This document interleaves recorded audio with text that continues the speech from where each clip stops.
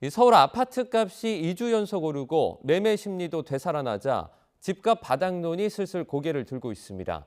하지만 전문가들은 매매가 상승은 일부 지역 얘기고 고금리 기조도 아직 여전한 만큼 시장 회복을 단정짓기엔 이르다고 말하고 있습니다. 차유정 기자입니다.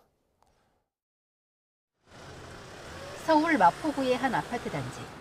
지난달 21일 전용 면적 59제곱미터 아파트가 13억 3천만 원에 팔렸습니다. 직전 거래가 12억 2천만 원보다 1억 원 넘게 오른 겁니다. 서울 서초구의 신축 대단지에선 전용 면적 84제곱미터 아파트 값이 지난 1월 38억 원에서 2달 만에 2억 원 가까이 올랐습니다. 서울 아파트 값이 2주 연속 상승했습니다. 상승 폭도 다소 커졌습니다. 주택 매수 심리도 지난 2월 첫째 주부터 8주 연속 상승세를 타고 있습니다. 분위기가 바뀐 건 지난 1월 신생아 특례 대출이 출시되고 하반기 금리 인하 전망이 나오면서부터입니다. 하반기 기준금리 인하에 대한 기대감, 대기 수요가 많은 지역에 급매물 매입 수요가 유입되면서 1분기 일부 거래가 회복됐습니다. 일각에선 서울 집값이 바닥을 찍었다고 보기도 합니다.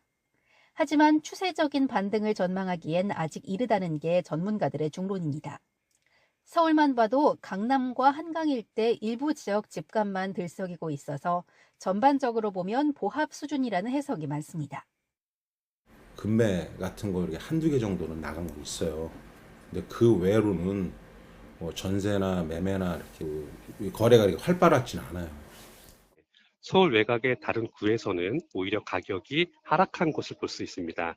그 때문에 전반적인 서울의 집값이 상승 추세를 보인다고 하더라도 지역적으로 그리고 세부 지역별로는 아무래도 가격의 방향이 서로 엇갈리게 나타날 수 있습니다. 서울 아파트 거래량도 아직 평년 수준에 미치지 못했고 쌓여있는 매물은 1년 전보다 40%가량 많습니다. 무엇보다 고금리 기조가 여전한 만큼 전체적인 관망세 속에 특례 대출 확대 등 정책 영향은 일부 지역에서만 두드러질 것으로 전망됩니다. YTN 차유정입니다.